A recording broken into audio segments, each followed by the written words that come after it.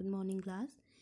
तो आपने स्वर पूरी तरह से जान लिए हैं, क्या हैं स्वर, उनके प्रकार क्या हैं और कितने प्रकार से हम उनको बांटते हैं अलग अलग भागों में। तो आज आप सुनेंगे व्यंजन। व्यंजन क्या है? तो स्वर, सबसे पहले बताऊं कि वो स्वतंत्र ध्वनियाँ थी, किसी के सहारे से उनको हम उच्चारित नहीं कर रहे थे।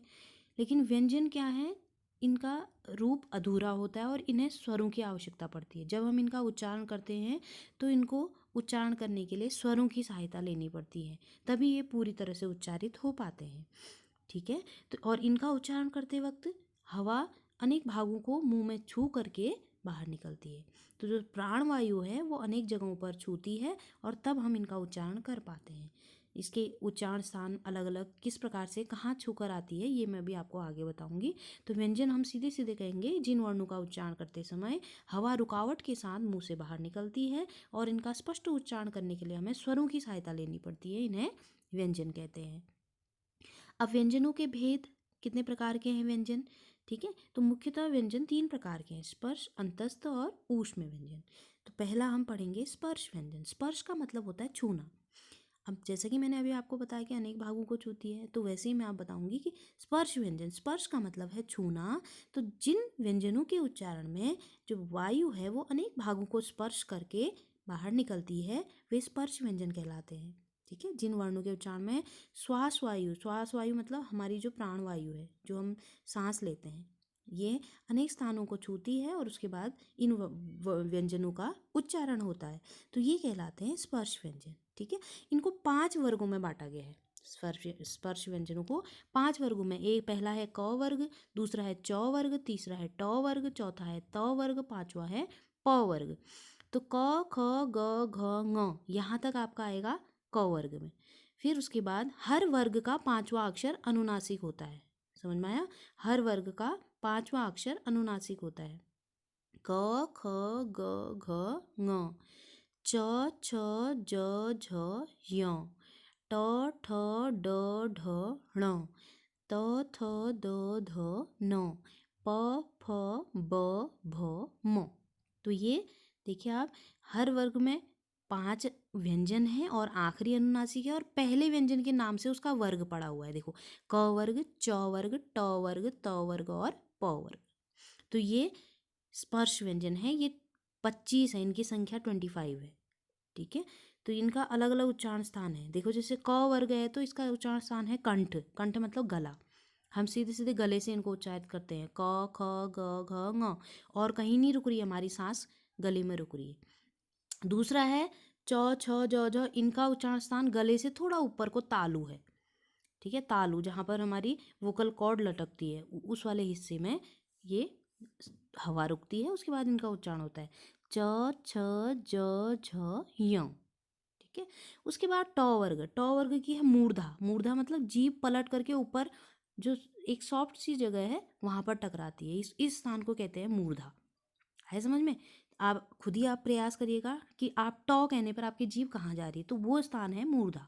ट ठ ड ढ ण, ये ट वर्ग है। ये इसका उच्चारण स्थान मूर्धा है। उसके बाद है त थ द ध न, इसका उच्चारण स्थान दंत है। दंत मतलब दांतों में जीभ आ जा रही है, जो वायु अटक रही है वो कहाँ पर अटक रही है? दांतों में आकर। त थ द ध न। ठीक है। इसके बाद है प वर्ग। प वर्ग का उच्चारण स्थान ओष्ठ है। ओष्ठ मतलब होंठ। होंठों से इनका उच्चारण स्थान होता है, होंठ आपस में मिलते हैं तब जाके ये उच्चारित होते हैं। प फ ब भ म। तो ये 5 प्रकार के स्पर्श व्यंजन है। देखो, इनके 5 वर्ग हैं और सबके अलग अलग उच्चारण स्थान हैं। इसके बाद दूसरे प्रकार के हैं अंतस्थ व्यंजन। तो जिन व्यंजनों का उच्चारण करते समय वायु मुख के किसी भाग को छूती भी है और बहुत अधिक भी नहीं छूती है। तो जैसे हम कहेंगे, देखो, य र ल व, तो इनमें क्या होता है, थोड़ा सा पास आती हैं जगहें, पास आने के बाद फिर वापस चल जाती है, तो इनको अंतस्थ व्यंजन कहते हैं। ठीक है। अंतस्थ व्यंजन मतलब जैसे स्वर स्वतंत्र प्रयोग होते हैं और व्यंजन किसी स्थान को छू कर निकलते हैं, तो ये दोनों क्या है, स्वर और व्यंजनों के मध्य में है उच्चारण के आधार पर, तब इनको अंतस्थ कहा गया है। ठीक है। इनको जब उच्चारित करते हैं तो बहुत कम सांस रुकती है हमारी, पूरी तरह से बंद भी नहीं होती है और पूरी तरह से खुलती भी नहीं है, लेकिन थोड़ा कम मात्रा में प्रयोग में आती है। देखो जैसे य को अगर हम तालु से प्रयोग करें तो तालु का थोड़ा हिस्सा पास आता है और फिर पूरी तरह से चिपकता नहीं है य। वैसे ही र में देखो मूर्धा में क्या होता है, कंपन होता है, जीभ कांपती है, वापस आ जाती है। जैसे ट में टकरा रही थी वैसे नहीं टकराती है। र कहने में हमारी जीभ कांपती है और वापस आ जाती है, पूरी तरह नहीं छूती है। वैसे ही ल में भी दंत तक आते ही तुरंत वापस चली जाती है। और वो में हमारे होंठ पास आते हैं लेकिन पूरी तरह चिपकते नहीं है, ठीक है, और उच्चारण हो जाता है। तो पूरी तरह प्राण वायु नहीं रुकती है इनमें, तो ये कहलाते हैं अंतस्थ व्यंजन। इसके बाद है ऊष्म व्यंजन। ऊष्म व्यंजन तो ऊष्म का अर्थ होता है बहुत गर्मी। तो जो रगड़ खाकर बहुत प्रयास के साथ जिनको उच्चारित किया जाता है वे कहलाते हैं ऊष्म व्यंजन। इनको उच्चारण करने में प्रयास थोड़ा ज़्यादा कोशिश की आवश्यकता पड़ती है। जैसे है तालव्य श का उच्चारण तालु से होता है। तालु मैंने कौन सा स्थान बताया आपको, जहाँ आपकी वोकल कॉर्ड होती है, दांतों के अंतिम भाग, तालु। तो श का वर्ण उच्चारण वहीं से होता है, तालव्य श कहते हैं इसको, पहला वाला श। उसके बाद मूर्धन्य श है, ये जहाँ से ट का उच्चारण होता है वहीं से इसका उच्चारण होता है, श। उसके बाद है दंत्य। दंत्य मतलब दांतों में ये स आ जाता है, दांतों से इसका उच्चारण होता है, स। उसके बाद है ह, ये वापस कंठ में चला जाता है। ह का उच्चारण कंठ से होता है, थोड़ा अधिक हमें कोशिश करनी पड़ती है इसके उच्चारण के लिए। तो ये 3 प्रकार के हो गए, स्पर्श, अंतस्थ और ऊष्म व्यंजन। इसके बाद कुछ 2 प्रकार के व्यंजन और हैं। कुछ हमारे पास देखो, ये तो हमने ह तक कर दिया। ह के बाद हमें अक्ष आता है, ठीक है, त्र आता है, ज्ञ आता है, श्र आता है।